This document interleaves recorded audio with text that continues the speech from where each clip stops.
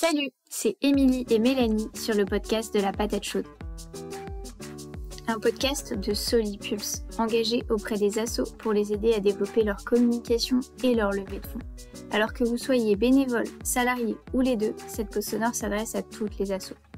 Et enfin, après cette longue introduction, l'épisode va enfin pouvoir commencer.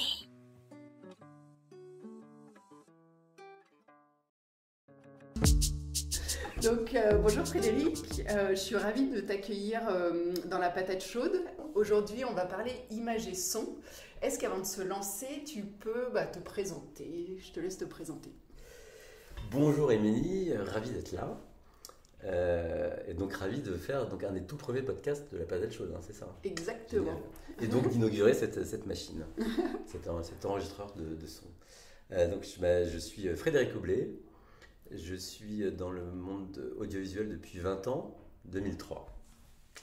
2003, où j'avais commencé par faire 10 ans d'un début de carrière, à mon avis, qui était échoué d'avance dans le monde de l'entreprise et dans un monde un peu capitaliste qui ne me plaisait pas. Enfin, mon dernier job, c'était chez Yahoo France. D'accord.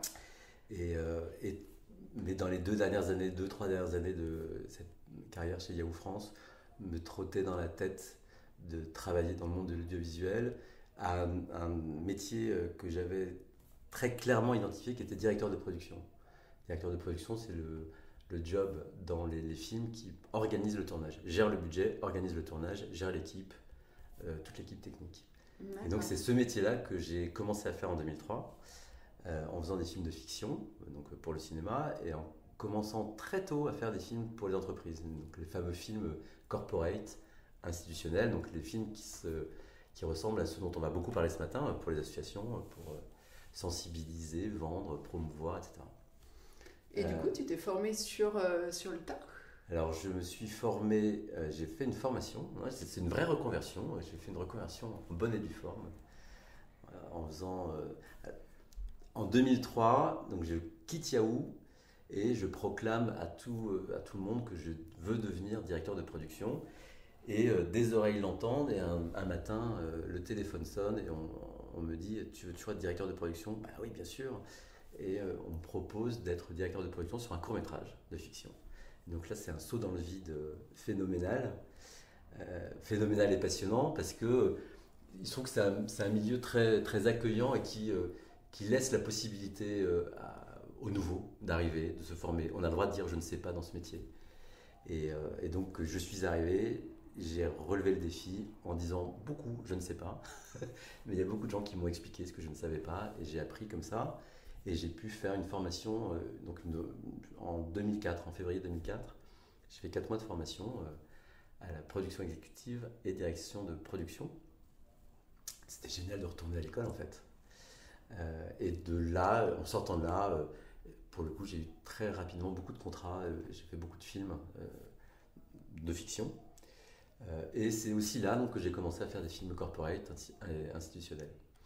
Depuis 2018, je suis devenu producteur, avec la volonté de changer la ligne éditoriale de l'entreprise que j'ai rejointe, qui s'appelle les Tisserands, pour aller vers une ligne éditoriale RSE. Proposer à mes clients et à mes nouveaux clients de faire des films sur leur responsabilité sociétale et environnementale. Et donc, ça fait quelques années qu'on prend ce virage-là. Et c'est lent, le Covid est passé par là. Le Covid est passé par là, il a donné un énorme accélérateur à ce virage, parce que tout le monde maintenant fait ses films RSE, etc. Et voilà, donc voilà où j'en suis aujourd'hui. Eh ben top, merci beaucoup Frédéric. Du coup aujourd'hui, le but du podcast, c'est effectivement de répondre à tous les je ne sais pas que les associations peuvent se poser. On dit souvent que le porte-monnaie se trouve entre la tête et le cœur, et que justement tout ce qui est vidéo, image et son peuvent être des vecteurs d'émotion. Du coup, voilà, pour toi, comment parvenir à véhiculer, à mettre cette émotion-là dans les films qu'on peut faire quand on est une asso, voire une petite ou très petite asso? C'est effectivement une très bonne façon de poser le sujet parce que les budgets, évidemment, ils sont souvent très petits, surtout quand on est une association. Et sur ces budgets, sur les petits budgets, il n'y a pas grand-chose à faire à part être malin, inventif. Mais c'est des choses sur lesquelles on ne pourra pas changer grand-chose. Ce sur quoi on peut changer quelque chose, c'est sur le cœur. Parce que sur le cœur, pour le coup, il n'y aura qu'une seule réalité qui fonctionnera toujours, selon moi, c'est d'aller forcément chercher. Ce qui touche le cœur, c'est l'authenticité, c'est la réalité, c'est la vérité de ce qu'on dit. Et c'est ça qu'il faut aller chercher, tout le temps. Même si on n'a pas d'argent, il faut s'obstiner à chercher ça, à chercher ce qui nous parle, ce qui nous touche. Il faut oser aller chercher la phrase qui va faire que le film qu'on va produire, on va se souvenir de cette phrase-là. Je peux donner des exemples. Je peux donner des exemples en disant je m'appelle Frédéric Oblet, j'ai 54 ans, et j'ai 2 enfants de 6 ans et 3 ans. Ou bien, ma fille vient d'avoir 6 ans, qu'est-ce que c'est beau de la voir grandir. On a envie de voir quel film après quelle phrase. On a a priori envie de voir le film qui va suivre la phrase ma fille a 6 ans et qu'est-ce que c'est beau de la voir grandir, plutôt que la première phrase où on a pour le coup plus d'informations, mais ça nous touche moins en fait. On est plus dans un truc déclaratif, alors que dans ma deuxième phrase, j'ai quelque chose qui lance quelque chose, qui lance un sujet. Donc c'est des exemples comme ça, c'est un exemple très, très concret, mais il faut oser ça en fait, je crois. Dans ce qu'on écrit, dans ce qu'on va filmer, enregistrer, faire dire à des gens il faut oser ce côté toucher nous. Et du coup, alors, pour rebondir sur ce que tu viens de dire, effectivement, quand on va interviewer quelqu'un, est-ce qu'il y a des types de questions qui vont permettre à la personne, sans avoir à lui dire, voilà, on aimerait quelque chose qui vienne du cœur, mais qui vont, par elles-mêmes, amener la personne à avoir ce discours-là qui touche? Alors, sur ce sujet-là, pour moi, c'est assez clair en fait. Il y a plein de gens qui sont gênés par la caméra et qui du coup ne sont pas bons face à une caméra.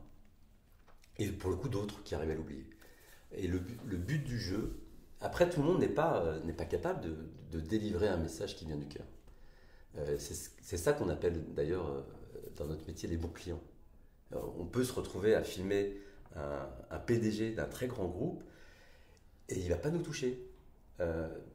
Et filmer la secrétaire de l'accueil, l'hôtesse d'accueil de cette même entreprise, et elle va nous toucher. Parce qu'elle va être capable de nous parler d'elle, de son cœur, etc. Donc ça, c'est ce qu'on appelle un bon et un mauvais client. Alors, on enregistre ce podcast le lendemain de la finale de Wimbledon. Et donc, je ne sais pas si vous l'avez vu, mais on pourrait revoir ça. Djokovic, hier, alors pour le coup, c'est un super bon client. C'est-à-dire que quand il prend un micro et qu'il nous parle, il nous touche. Et au-delà de ça, hier, il y a un moment où Djokovic, moi, m'a fait pleurer, c'est quand il a parlé de ses enfants, en fait. Et lui-même s'est mis à pleurer. C'est-à-dire que lui s'est autorisé à dire devant tout Wimbledon à ses enfants, les enfants, je sais que j'ai perdu, mais je vous aime quand même. C'était hyper beau. C'était hyper beau. C'est un très bon client. Alcaraz n'est pour l'instant pas encore un bon client avec un micro. Et ça, c'est un peu magique. Est-ce que la personne qu'on va filmer est bonne ou pas? Donc, admettons qu'on n'a pas un bon client. Comment? Parce qu'on a quand même réellement besoin d'interviewer cette personne-là. Parfois, on peut se dire, ok, il faut faire un casting. Il ne faut pas hésiter à dire, bon, ça ne marche pas bien avec cette personne, mais avec telle autre, ça va marcher mieux. Les astuces concrètes, Pour oublier une caméra, c'est d'arriver à avoir une conversation avec quelqu'un. C'est-à-dire de réussir à faire que cette personne oublie qu'il y a une caméra entre nous deux. Pour qu'on ait un vrai échange. C'est ça, c'est le but du jeu. Mais ça, c'est déjà un talent de réalisateur. Si on n'a pas encore ce talent de réalisateur, l'astuce, c'est peut-être tout simplement de ne pas mettre de caméra. D'avoir des images d'illustration d'une personne qui est en train de faire des choses. On va la filmer en train de faire son métier, d'aider des gens, d'aller quelque part. Mais le son qu'on va mettre sur notre film, il va être enregistré par un enregistreur comme celui-là. Et ensuite, on va faire un montage des deux, mais on va toucher plus facilement avec quelqu'un, enfin, on va plus facilement mettre quelqu'un dans les bonnes dispositions pour nous raconter des choses sincèrement, en étant juste avec cette chose qu'on oublie, cet enregistreur, qu'avec une caméra qui est plus difficile à oublier. Oui, il faut vraiment essayer de lui permettre de faire abstraction des éléments technologiques, si je puis dire, pour vraiment lui permettre de se confier et d'oublier le reste. Il y a une chose que nous, on a pas mal fait, c'est, je ne sais pas si vous vous souvenez si tu te souviens de la boîte à questions de Canal+. Oui, bien sûr.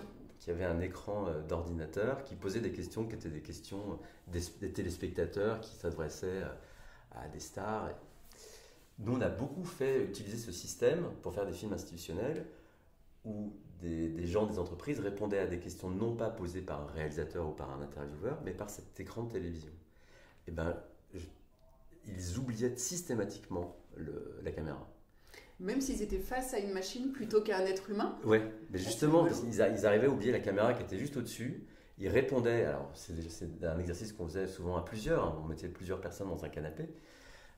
Ils répondaient à des questions posées par cet écran et ils oubliaient totalement, ils étaient comme s'ils étaient chez eux, quoi, réellement. Et ça marche hyper bien. Après, en plus, avec la nature des questions qu'on pose dans cet écran, on peut amener plus ou moins d'humour qui fait que les gens vont se lâcher ou pas. Donc ça, c'est un truc que, pour le coup, c'est un phénomène assez facile à mettre en place, en fait. D'accord. Ah oui, excellent. Donc, par exemple, une asso qui n'a pas les moyens de la boîte à questions peut se servir de son écran d'ordi et de pouvoir, comme ça, proposer les questions affichées sur l'ordi. Exactement. De dire, toi, à la place de ce que tu es en train de faire, de me dire, moi, je t'ai préparé les questions, vas-y, regarde ton ordi et réponds-moi aux questions. D'accord. Ça, franchement, ça peut marcher, à condition, ça marche mieux quand même si on a 2 personnes face à l'écran. D'accord. 2 ou 3, hein, mais et ça fait des phénomènes de groupe qui sont vraiment amusants. Et nous, non. On a fait ça dans des ministères, on a fait ça dans des énormes entreprises où les gens se mettaient à dire des choses assez insensées parce que j'ai un exemple. On travaillait pour la NAP, pardon, qui est une agence qui dépend du ministère de la Santé.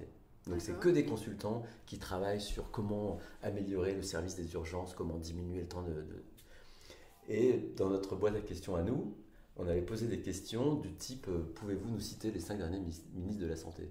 Donc ces grands consultants qui sont des bac plus 12, a priori ne peuvent pas ignorer ça. Ils ne le savaient pas, mais ça les faisait marrer. Alors que si on avait été dans une interview classique de pouvez-vous nous citer les 5 derniers? Je dis non, on peut couper là, je ne sais pas.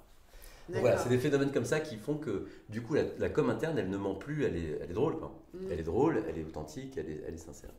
Et je rebondis sur un point que tu viens d'aborder. Est-ce que ça facilite les interviews aussi de dire on met plusieurs personnes interviewées en même temps plutôt que de prendre les personnes par exemple séparément? C'est une astuce. C'est une astuce. Pour le coup, ça c'est comme dans tout groupe. Il peut y avoir une brebis galeuse. Donc ça marche pas à tous les coups. D'accord. Mais ça peut être quelque chose éventuellement si individuellement c'est un peu compliqué d'avoir des récits un peu authentiques. Complètement. Le phénomène de groupe peut arriver à lever les inhibitions et à avoir quelque chose de plus spontané. Parce que ce qui marche très bien, c'est de les faire parler entre eux. D'accord. De leur dire le sujet du jour, c'est le débroussaillage de cette partie qui est devant l'église. Comment vous y prenez? Quels sont les outils que vous utilisez? Ça serait les questions d'un intervieweur qui peuvent échouer, alors que si on met une caméra et dit racontez-vous entre vous ce que vous êtes en train de faire. On est arrivé ce matin, ah ouais, on a découvert le chantier à faire. Et là, on chope plus facilement de la parole vraie, en fait. C'est ça qui nous intéresse. Hein. Moi, je vais toujours tourner autour de ce truc de la parole vraie, qui est ce qu'on cherche. Et pour le coup, que ce soit au cinéma, dans la fiction ou dans le documentaire, c'est ça qui marche, quoi. C'est ça qui marche. Alors moi, je m'étais noté des exemples de punchline, parce que c'est ça aussi qu'on va chercher. On va chercher la punchline, c'est-à-dire qu'on se souvient de répliques de films. Enfin, toi, on peut faire l'exercice. Tu as des répliques de films que tu n'as jamais oubliées. On a des répliques de télévision. Il y a des phrases. Voilà, moi, je me souviens on a tous en tête La France a peur. On se souvient de ça. Tu te souviens de La France a peur? Eh ben non. Le gag. Bon, les gens qui écoutent ce podcast s'en souviendront. Plein s'en souviendront. Alors, si vous vous en souvenez, n'hésitez pas à aller mettre un petit commentaire pour Fred sous le podcast. On dévoile pas. Non, on dévoile pas. Il y a plein d'exemples comme ça, mais on se souvient de ce que disent Leonardo DiCaprio et je ne sais plus comment s'appelle la comédienne en tête de proue du Titanic. Et on se souvient de ce qu'ils disent. We are the king of the world, I am the king of the world. On se souvient de ça. Il y a des moments clés de l'histoire du cinéma, de la télévision, du documentaire. Il y a des phrases qui résonnent. Et dans les films, souvent, on se dit ah oui, c'est le film où il se passe ça. C'est les films où on a entendu cette phrase. Et ça, c'est ça la pépite en fait. Et cette pépite-là, alors si elle peut valoir beaucoup d'argent à chercher, il y a les fameux slogans publicitaires. Oui, c'est ça, c'est ce que je veux dire, c'est qu'il y a des personnes dont c'est le métier. Et donc du coup, arriver à identifier cette punchline dans une interview comme ça... ça, on l'entend. D'accord, ah oui, c'est vraiment ça saute à l'oreille. Oui, quand on est dans une interview et que la personne nous dit le truc qu'on avait envie d'entendre sur ce sujet, on l'entend tout de suite. D'accord. On l'entend, on la note et on se dit très souvent, ça nous arrive dans tous les tournages, ça ce sera dans le film. Cette phrase-là, elle sera dans le film. Parce qu'elle est bien dite, parce qu'elle vient du cœur, parce qu'elle est sur notre sujet, parce qu'elle nous touche, quoi, parce qu'elle nous a touchés en vrai. Et du coup, c'est ça le marqueur pour se dire j'ai ma punchline, entre guillemets. Bien sûr. Et c'est vrai, mais c'est vrai dans ce métier, mais c'est vrai dans un dîner. Quand on est dans des dîners entre amis, il y a une phrase qui sort à un moment, on dit c'est incroyable. C'est incroyable, comme c'est drôle, c'est juste, c'est bien dit, c'est exactement comme ça que j'avais envie que tu résumes ma pensée, et on l'entend. Et ce qu'on est en train de dire, c'est bien parce que ça coûte pas forcément d'argent. C'est-à-dire que cette recherche-là, d'aller choper ce truc-là, ça peut ne pas coûter d'argent. C'est-à-dire que ça peut coûter aussi beaucoup d'argent. De trouver le slogan de la dernière campagne, de Danone, de je ne sais quoi, ça peut coûter un fric fou, et ça coûte pour eux un fric fou. Mais nous, les petits, on peut être très malins et aller chercher comme ça cette phrase magique d'un personnage magique dans un documentaire ou dans une entreprise. D'accord. Du coup, là, on vient de parler beaucoup de tout ce qui est son, etc. Et justement, tout à l'heure, tu évoquais le fait d'avoir une personne face caméra qui soit pas à l'aise, et donc de dire, on prend le son et on habille le son avec des images, soit qu'on a déjà, soit qu'on tourne. Comment faire quand on a des images qui ne sont pas forcément de bonne qualité, pour arriver à faire justement un film qui va permettre de toucher nos donateurs, nos donatrices, même si on n'a pas de belles images. Ouais. Alors, on va quand même commencer par te contredire. Tout se passe bien. Cet enregistrement, ça passe pour le mieux. Non, mais c'est vrai qu'aujourd'hui, on a des appareils qui permettent de faire de tellement belles images. Enfin, nos téléphones sont devenus des sublimes caméras. Vraiment. Donc, avoir des belles images, aujourd'hui, est devenu facile. Après, à condition... Enfin, c'est sûr que ma chère maman de 82 ans, si je lui donne un iPhone, elle ne va pas forcément faire de belles images. Mais si on s'applique, si on regarde bien ce qui nous plaît nous avec nos yeux, On fait tous maintenant des photos et des vidéos avec nos appareils photo, avec nos téléphones. Donc, se rendre compte que cet endroit-là, il est plus joli à telle heure parce qu'il y a le coucher de soleil. Peut-être que nous-mêmes, on peut améliorer facilement la qualité de nos images. Donc, n'ayons pas peur. Osons se dire qu'on n'est pas caméraman, qu'on n'est pas photographe, mais qu'avec nos petits appareils, on est capable de faire des jolies images. Alors, ça c'était pour se dire ça, hein. Pourquoi pas. Après, évidemment, on peut aussi... on a peut-être un cousin qui est caméraman et qu'on pourra lui demander de venir nous aider avec son boîtier, son sublime boîtier, à faire des très belles images. Il y a parfois des décors qui ressemblent à rien, mais un caméraman va arriver là et dire « Ah, dis donc, il y a quand même un angle joli ici. Ah, il y a quand même des parties vitrées dans cet endroit qui peuvent faire des belles images. » Alors pour le coup, nous, avec notre appareil photo, on va peut-être pas savoir faire ça. Mais notre fameux cousin qu'on aime bien et qui a un super boîtier, il va venir passer quelques heures avec nous dans cet endroit et pourquoi pas sortir de là de très belles images. Mais revenons quand même où on est dans la pire des configurations, on n'a pas ce cousin et c'est ma maman de 80 ans qui a pris les images. Donc on a des images pourries, quoi. C'est ça que tu voulais dire. Voilà, on a les images de maman au blé, qu'est-ce qu'on fait? Eh ben, on peut quand même en faire quelque chose. On peut quand même en faire quelque chose parce que effectivement, on va utiliser le montage. Avec un montage, on va pouvoir, sur des images pourries, on va les rendre plus courtes, on va les monter de façon à ce qu'on voit peu que certaines images ne sont pas belles. Et surtout, un film, c'est décidément des images et du son. Et tout le temps, quelles que soient les technologies, un film sera bon si on a soigné l'image et le son, qu'on a un son de qualité, une musique de qualité, alors qu'un film avec quelqu'un qu'on n'entend pas bien, qui est mal enregistré, restera un film amateur, tout le temps. Ça, cette vérité restera une vérité universelle tout le temps, quoi qu'il arrive. Donc là, en fait, ce que tu es en train de dire, c'est que l'image peut être de qualité moyenne, si on reprend les images de Maman au blé, mais par contre, du coup, ce qui va vraiment être décisif pour permettre d'avoir un film de qualité, j'allais dire professionnelle, enfin en tout cas voilà, qui puisse convaincre, ça va être vraiment le choix de la musique et la qualité du son. La qualité du son et des propos, hein, bien sûr. Oui. C'est-à-dire qu'on peut, si on entend quelqu'un nous toucher au cœur en nous racontant une histoire de pourquoi il a fondé cette association, pourquoi il a fondé cette entreprise, parce que ça lui vient de son grand-père qui nous raconte ça et que ça nous prend aux tripes, je peux t'assurer que les images, si elles ne sont pas de bonne qualité, c'est pas grave. Bah, c'est ça que je veux dire. C'est oui, des bons propos, une bonne musique, un bon montage peuvent sauver des images de mauvaise qualité.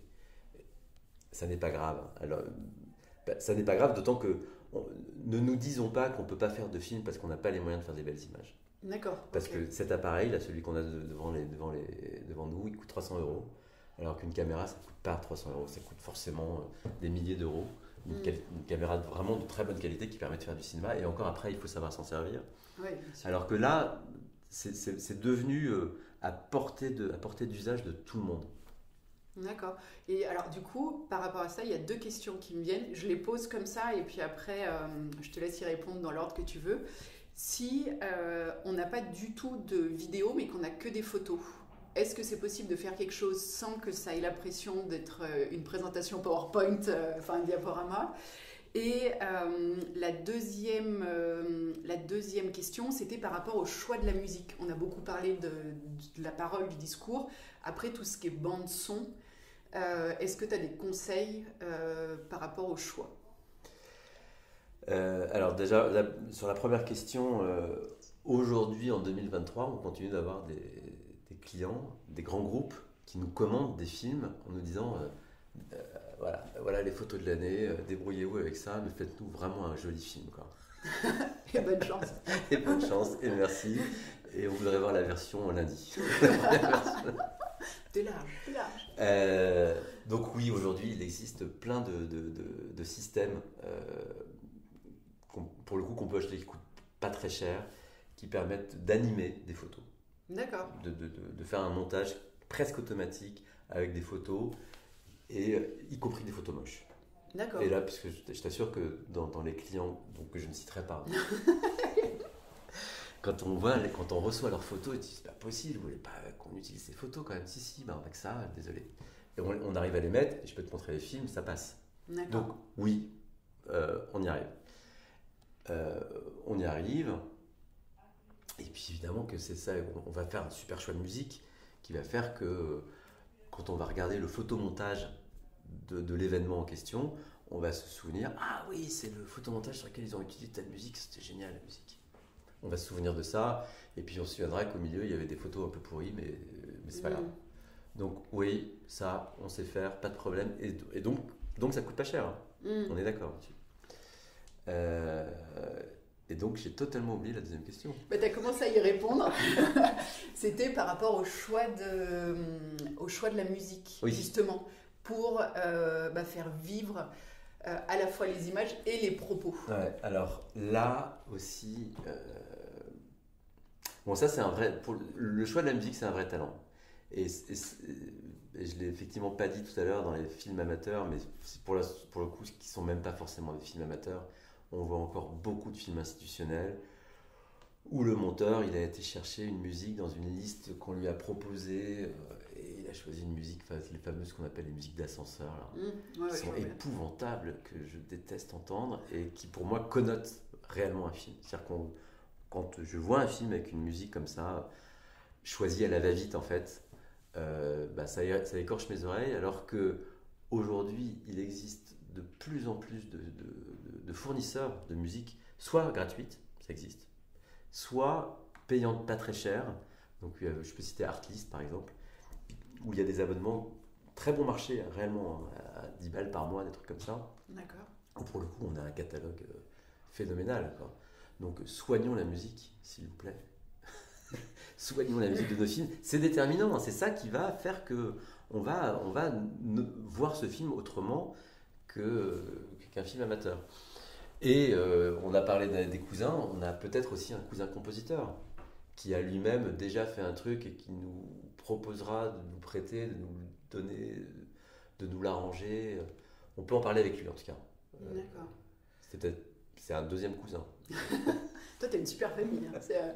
Bah, en plus, je sais pas. Moi, j'ai pas de cousin compositeur, mais j'ai des voisins compositeurs. Mais oui, non, ça c'est vrai que par contre, essayer d'aller chercher dans son réseau et de ne pas hésiter à demander aux personnes de l'asso s'ils connaissent quelqu'un qui... ouais. Ça, c'est, il faut y penser. Ouais, on peut vraiment... Ces gens en question sont des artistes. Ceux que j'ai cités, hein, un caméraman, un musicien, un compositeur.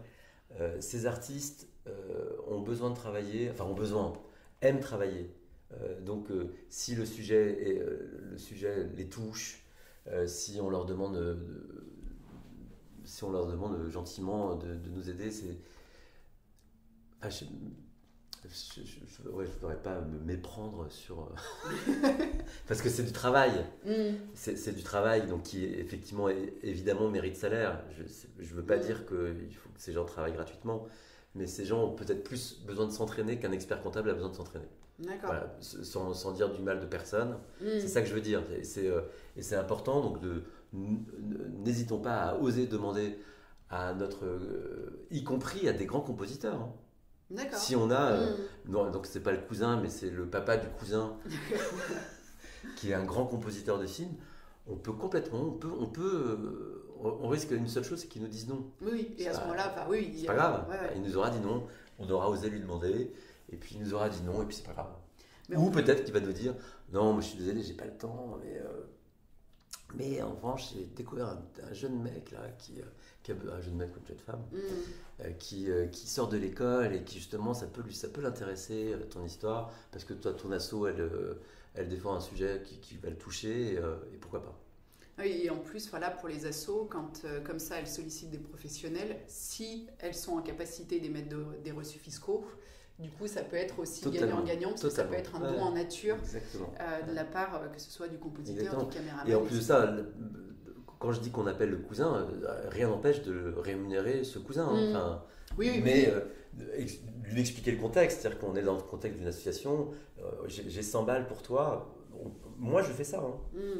Aujourd'hui, je fais encore parfois appel sur des sujets très perso, sur lesquels qui sont des courts-métrages qui sont sans aucun financement, appel à des personnes en disant je suis désolé, j'ai que 100 balles, est-ce que ça te va de nous aider 1 heure ou 2 Oui, après du coup, il y a à apprendre tout ce qu'il y a à apprendre en 1 heure ou 2 Exactement, et à avancer. Ouais. Alors peut-être que la musique y participe. J'avais une autre question, c'était pour une asso, c'est important que sa vidéo soit facilement reconnaissable et identifiable.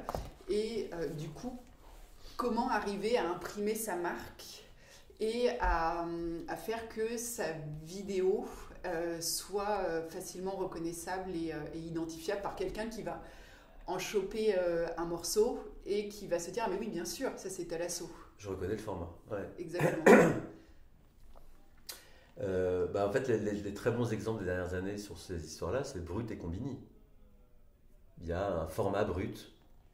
Et quand on voit une vidéo brute, on voit tout de suite que c'est brut parce qu'il y a un format carré, parce qu'il y a le B de brut, parce qu'il y a un type de montage particulier. Et donc, ce que je viens de dire, ça ne coûte pas d'argent. C'est-à-dire que c'est un graphisme, c'est un format carré et c'est un type de montage.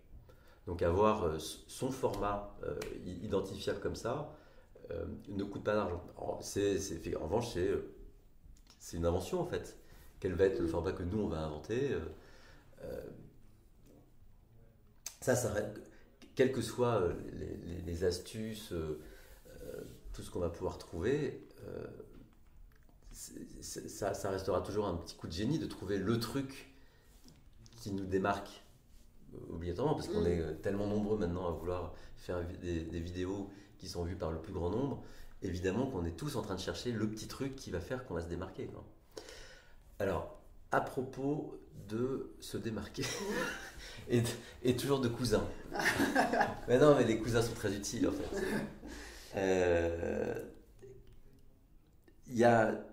Alors, je sais pas si on en parle maintenant ou si peut-être qu'on va parler de diffusion tout à l'heure. Parce qu'on fabrique des films et après, ce qui est intéressant, c'est quand même qu'ils soient vus par le plus grand nombre. Mais peut-être qu'on en parle, on se fait ce paragraphe-là après. Après, ça marche. Ouais. Mais en tout cas, voilà, sur le format, c'est effectivement un peu de jus de cerveau qui a fait que Brut a trouvé ce format, que Combiné a trouvé ce format, qui en même temps, quand on les regarde, c'est pas non plus révolutionnaire ce qu'ils ont inventé. Mais ils ont trouvé quelque chose comme ça qui est impactant.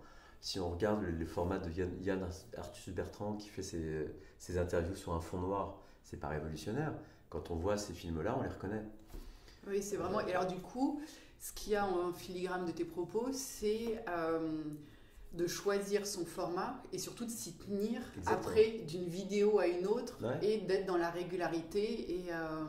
Et c'est ça qui va faire que petit à petit, les vidéos sont reconnues. Sont reconnaissables, ouais.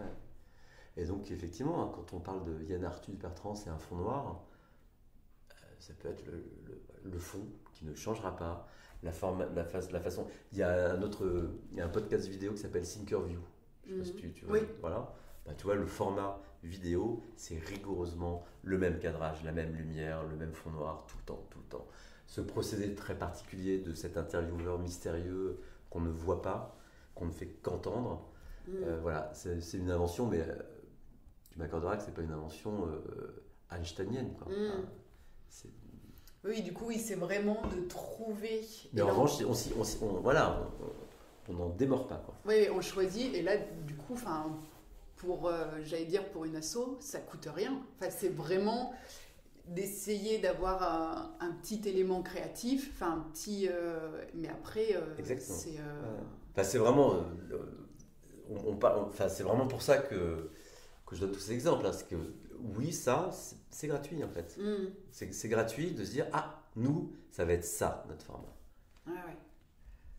Top. Et j'ai une autre question aussi, parce qu'il y a des vidéos où on va pas se mentir, on peut trouver ça un peu longuet, où on s'endort un peu devant. Du coup, toi, en termes de rythme, est-ce que tu aurais des conseils, que ce soit pour rythmer une vidéo en elle-même ou en termes de durée, justement pour se dire, là, voilà, passer cette durée-là de vidéo, c'est dur de rester dans un timing dynamique. Alors là-dessus, il y a une réponse très technique qui est que, par exemple, sur Twitter, les vidéos ne peuvent pas faire plus que 2 minutes 20. Donc on a déjà cette limite. Si on veut être diffusable sur n'importe quel réseau social, dont Twitter, il faut que ça ne pas dépasser 2 minutes 20. On peut complètement s'ennuyer à mourir dans une vidéo de 2 minutes 20. Alors que 2 minutes 20, c'est strictement rien. Enfin, c'est une toute petite durée, quoi. Donc voilà, il y a cette réponse technique qui est moins de 2 minutes 20 si on veut être sur tous les réseaux, dont Twitter. Après, il n'y a pas de magie parce que il n'y a pas de raison, il n'y a pas de réponse universelle, parce qu'on peut s'ennuyer en 30 secondes et ne rien voir passer du temps en 2 minutes, voire en 5. Donc là, pour le coup, ça relève du talent. D'accord. Ça relève du talent du monteur. Là, on touche à des choses qui commencent à coûter de l'argent parce que le talent, ça coûte cher. Et ça, c'est un talent de monteur, en fait. C'est le talent du monteur qui va faire que le film, qui dure 2 minutes, il nous touche, il nous paraît pas long. Et on a commencé à le regarder sans savoir de quoi on parlait, et qu'on s'est retrouvé à la fin et qu'on s'est laissé embarquer. Du coup... Alors qu'il existe l'effet inverse de... Je lance un truc et au bout de 10 secondes, je m'ennuie déjà. Et alors ça, j'imagine que ça a aussi un lien avec tout ce qu'on se disait avant, que sont la musique, les paroles, etc. Ou même pas forcément.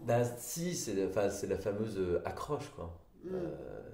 La fameuse catchline. Par quoi on commence? Quelle est la toute première phrase qu'on entend? Et c'est la fameuse phrase que je disais tout à l'heure. Si le film commence par... Bonjour, je m'appelle Frédéric, j'ai 54 ans. Ça va pas être le même début de film que si je dis ma fille a eu 6 ans hier. Qu'est-ce que c'est beau de l'avoir grandir. Là, moi, j'ai déjà envie de savoir la suite. Alors, ça, je pense que dans tous les manuels de communication, de fabrication de films, de bouquins, etc., on a tous été dans des librairies, on a tous lu les 5 premières lignes d'un roman pour décider si on allait l'acheter ou pas, quoi. Et c'est vrai en vidéo, évidemment. C'est-à-dire que les 5 premières secondes sont décisives pour savoir si on va rester ou partir. Ouais, bien sûr. C'est vrai dans plein d'autres choses de la vie. Oui. Et est-ce qu'une asso qui n'aurait pas les moyens d'avoir les services d'un monteur, est-ce que ça peut aider de regarder des vidéos et de se dire, tiens, celle-ci, je reste, et d'essayer de voir qu'est-ce qui fait que je reste pour... Bien sûr. Bien sûr, après on peut réellement se faire confiance. On parlait tout à l'heure d'une interview où on s'était dit cette phrase-là, elle restera. Cette phrase qui restera, on peut la mettre au début du film. Avoir ce réflexe-là, se dire osons-le, mais on va pas forcément comprendre de quoi on parle, c'est pas grave. Elle nous a touchés, elle va toucher les gens et ce sera une bonne intro. Oui. Et après, on aura le temps de revenir dans le sujet. Oui, ça va susciter l'intérêt. Ouais. Se dire que pour le coup, il y a plein aujourd'hui de façons de pitcher les films où on nous apprend, et aujourd'hui on apprend dans les écoles à pitcher les films. Il y a des concours de pitch, je pitch en 1 minute, je pitch en 3 minutes, et il y a des coachs de ça. On apprend, c'est devenu une discipline, ça pourrait devenir une discipline olympique de comment on pitch, et on nous apprendra toujours la même chose, qui est que les toutes premières secondes, c'est vrai pour toutes les relations humaines. C'est vrai quand on serre la main à un inconnu pour la première fois, qu'on lui dit bonjour. C'est vrai quand on parle avec quelqu'un au téléphone pour la première fois. Les 5 premières secondes sont décisives tout le temps, toute notre vie. Je devrais écrire un bouquin sur les 5 premières secondes. Mais ce sera vrai en tout cas dans notre film, quoi qu'il arrive. Même si on n'a pas un bon monteur, on a identifié la phrase qui accroche. Dans les appels à dons, on dit souvent qu'il faut porter un seul message par appel à dons. Est-ce que dans une vidéo, c'est pareil? Est-ce qu'il faut essayer de se dire, on focus notre vidéo sur un sujet, qu'on ne peut pas tout dire et que donc, à la limite, il vaut mieux faire plusieurs petites vidéos avec différents sujets, ou est-ce qu'on peut se permettre en vidéo, c'est un peu différent, d'aborder plein de sujets dans la même vidéo? Voilà, je trouve ça un peu difficile de répondre de façon globale. Ça va vraiment dépendre de chaque sujet, en fait, de ça. D'accord. En fait, à partir du moment où on arrive à mettre 5 messages dans 1 minute, alors faisons-le. D'accord, oui. Si pour mettre 5 messages, alors notre film doit durer 5 minutes, bah c'est on doit faire 5 films. D'accord. Voilà, c'est pas une réponse. Voilà, je peux pas être plus précis que ça, parce que on va faire ça au cas par cas en fait. Nous, on se bagarre avec nos clients quand on a trouvé un concept de film et qu'on leur dit pour illustrer ce film, on va aller dans 4 établissements de votre entreprise, ça va être génial, ça va être très fort. Est-ce qu'on peut les identifier ensemble? Qu'on en identifie 4 et qu'une semaine plus tard, le client nous rappelle en disant alors c'est très très bien, mais il y a quand même un tel qu'il faudrait aller voir à Marseille, il y a à Nantes, là il y a un truc génial, il ne faut pas le louper. Et on se retrouve avec 10 établissements. Et on a loupé le film en fait. Ça tenait à 5, à 10, ça devient trop bavard et on se perd. Donc ta question est très, très juste. On y répond par si nos 5 sujets, nos 5 messages tiennent dans la durée qu'on considère bonne pour notre film, ça passe, sinon on revoit la copie. D'accord. Et alors, on approche de la fin. Est-ce que, là on a parlé de bonnes pratiques, etc. Est-ce qu'il y a des choses en matière de choix d'image, de musique, qui peuvent nuire à l'image ou à la notoriété d'une asso qui fera le film? Oui, des choix pourris. Merci. Oui, vraiment. Il y a des grosses erreurs à éviter. On ne peut pas faire une liste. Je ne peux pas faire une liste de toutes les musiques qu'il ne faut pas utiliser parce qu'elles sont mauvaises. Mais il y a des choses, des musiques qui ne vont pas avec les propos qu'on entend, qui ne vont pas avec les images. Mieux vaut chercher l'excellence de tout ce qu'on vient de se dire avant, le bon propos, le bon nombre de messages, la bonne punchline, la super bonne musique.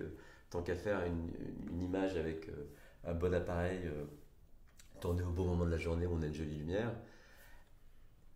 Et puis, faisons-nous confiance. Faisons confiance à notre œil, notre cœur, pour se dire « Ah oui, ça me touche en fait ». Faisons des tests. C'est ce que en t'écoutant, j'allais te demander, est-ce que ça peut être intéressant de tester Bien sûr. Faisons des tests. Alors, donc oui, voilà. Ça, nous, on fait aussi ça. Hein. Réellement, on teste. Quand on a un doute sur, tiens, on a mis ça au début ou ça à la fin, on fait un test. Nous, on est les rois de... d'ailleurs, tu as fait partie de nos enquêtes. On fait ça. Alors, moi, il y a quand même un autre point que je trouve hyper important, que pour l'instant, on n'a pas du tout abordé, c'est qu'on est en train de fabriquer une bonne vidéo qui va toucher du monde. Donc après, soit je suis une asso et j'ai réussi à choper un rendez-vous avec quelqu'un qui va peut-être nous donner de l'argent, et donc je vais lui montrer en live la vidéo. Mais peut-être que je vais que lui envoyer, voire je vais le mettre sur mon LinkedIn ou sur mon Facebook en espérant qu'il soit vu.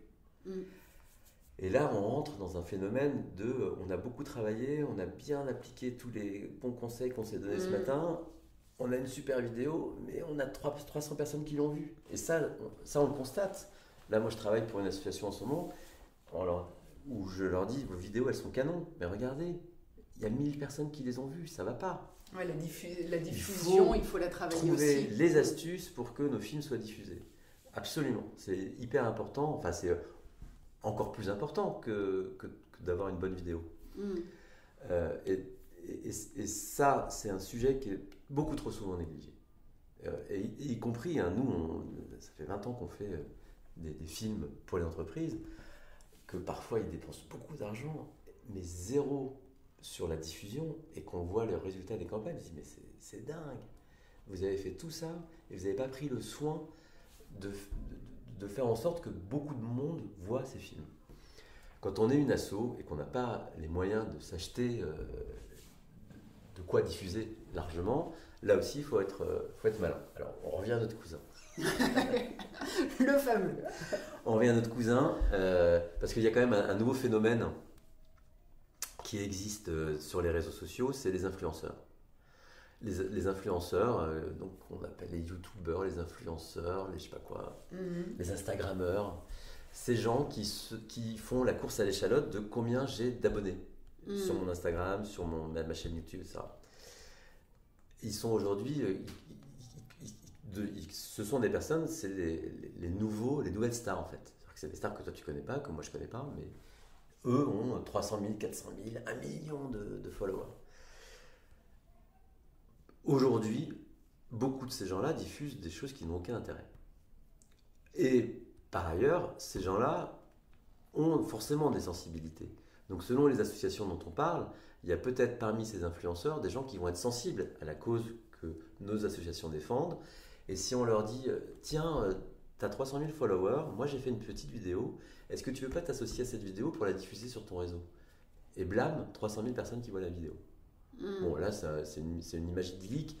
Pour le coup, moi, j'essaie de faire ça tous les jours. De faire cette recherche de quel influenceur. Y a-t-il un influenceur sur le web qui est concerné par la cause que j'ai envie de défendre?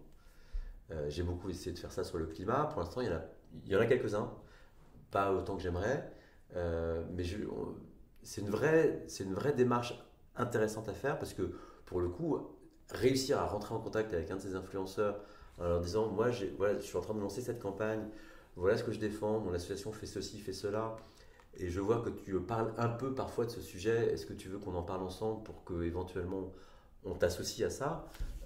Là aussi, ça vaut le coup en fait. Et peut-être qu'il va nous dire non, j'ai autre chose à faire, j'ai pas le temps, et c'est pas ma ligne, et moi dès que je sors de mes sujets, ça marche pas. Peut-être qu'il va nous dire ça. Mais ça, il faut essayer. Ça se tente. Il faut absolument essayer ça. Et en plus, à la limite, on n'est pas obligé d'aller taper les très gros influenceurs. Ça peut être de se dire, bah tiens, on essaye.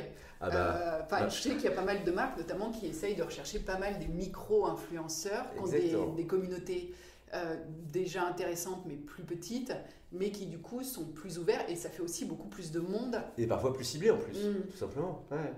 Parfois plus ciblés sur la cause qu'on défend. Et donc ça, c'est vraiment un sujet... Enfin, je veux dire du mal de personne, mais... mais non, mais quand on regarde... Parce que, non, je peux rien dire. Je ne peux pas donner l'exemple que je voulais donner, c'est pas très gentil. Non, mais alors, de toute façon générale, quand on voit ce qui est publié par ces influenceurs qui ont parfois des millions de followers, on dit, mais vous êtes sûr que c'est vraiment ça, que des millions de personnes regardent? Si on leur proposait de regarder le pitch ou la petite vidéo d'une association qui veut faire quelque chose pour électrifier tel pays qui ne l'est pas, ou emmener des habits je ne sais où, ou proposer un service à Paris parce qu'il y a des gens qui n'ont pas de poussette pour leur enfant, ça serait mieux que des 50 000 personnes voient ça plutôt que les nouvelles fringues, les nouvelles baskets de je sais pas qui. Je partage. Complètement. Tu es d'accord avec moi? Et là, toujours dans cette logique-là, est-ce que tu penses que des médias, alors soit des médias purement online ou des médias qui peuvent avoir à la fois des versions papier et des versions online, peuvent aussi être approchés en disant bah voilà, on a fait cette vidéo là, est-ce que vous accepteriez de la diffuser, ou est-ce que c'est vraiment utopique de penser qu'on va pouvoir intéresser les médias en leur soumettant notre vidéo, que ce soit des médias nationaux ou des médias régionaux? Alors là pour le coup, moi j'ai essayé ça, mais sans avoir un cousin qui bosse chez Brut ou chez Combini, et donc j'ai pas réussi. D'accord. Tout simplement. Parce que eux, ils ont leur propre équipe de production. C'est eux qui choisissent leur ligne éditoriale. Ils ont les équipes, ils tournent, ils produisent, ils diffusent. Voilà, maintenant il faut approcher, si on arrive à approcher le patron de Brut, de Combini ou d'un autre de ces médias, pourquoi pas. J'ai pas encore réussi. J'espère qu'un jour je réussirai, mais j'ai pas encore réussi. Donc, c'est ton défi. un de mes nombreux défis, mais non, mais en revanche, vraiment, j'insiste sur ce point totalement essentiel de ne négligeons pas la diffusion de ce film qui nous aura, parce qu'il nous a quand même coûté d'avoir convaincu notre cousin qui est venu faire des images, l'autre qui nous a fait une super musique, il se trouve qu'on a quelqu'un d'autre qui nous a fait un montage de fou, on a une super vidéo, ça serait quand même dommage qu'on ne la voit pas, quoi. Donc ne négligeons pas ça. Après, dans les cousins, c'est vrai que si on arrive à convaincre Jamel Debbouze de parler de notre cause, ça va faciliter la diffusion. Tout de suite. Ça semble une évidence, mais je peux vous assurer que Jamel Debbouze, il est contacté tous les jours par des associations qui lui demandent est-ce que tu veux pas associer ton image à mon association tous les jours, hein. Ouais, et parfois ça marche. Oui, c'est toujours ce qu'on disait d'être touché et, parfois ça marche, et d'être sensible à la cause. Alors j'avais 2 questions qui me sont venues. Une est repartie, l'autre est toujours là.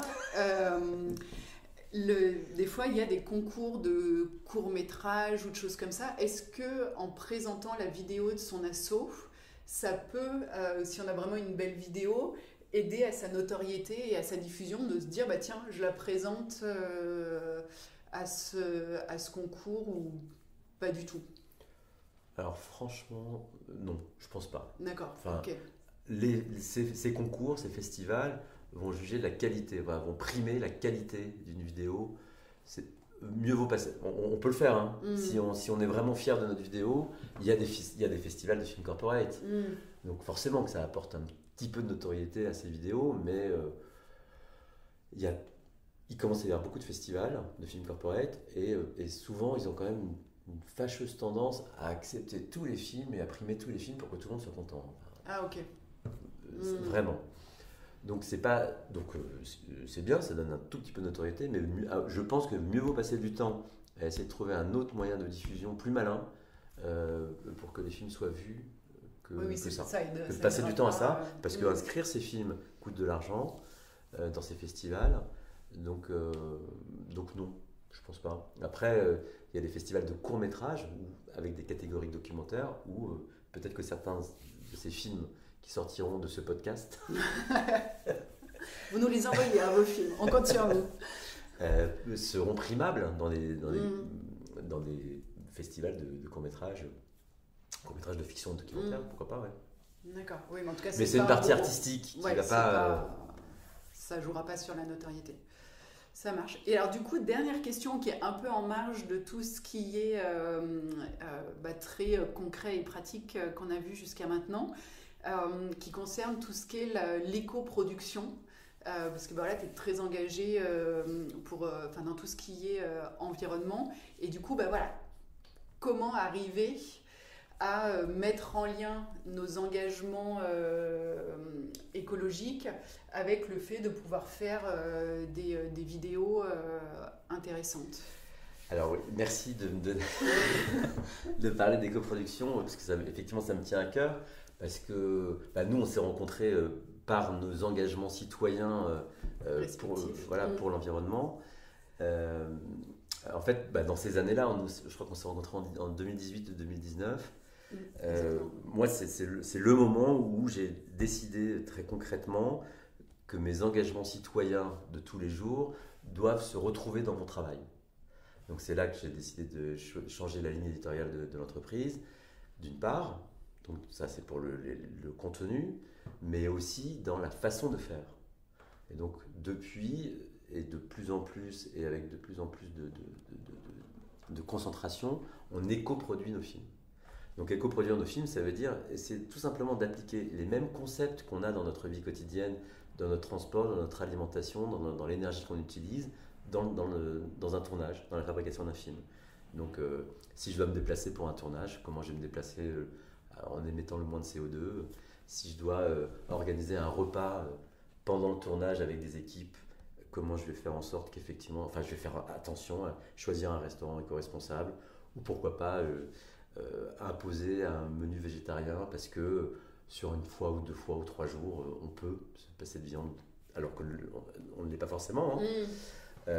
Faire gaffe à l'énergie qu'on utilise, c'est-à-dire qu'évidemment, bon, alors là dans les films dont on parle, peut-être qu'on n'aura pas à utiliser des groupes électrogènes, mais faire gaffe à ce genre de choses, que nos engagements citoyens se retrouvent dans nos engagements professionnels quand on fait nos films.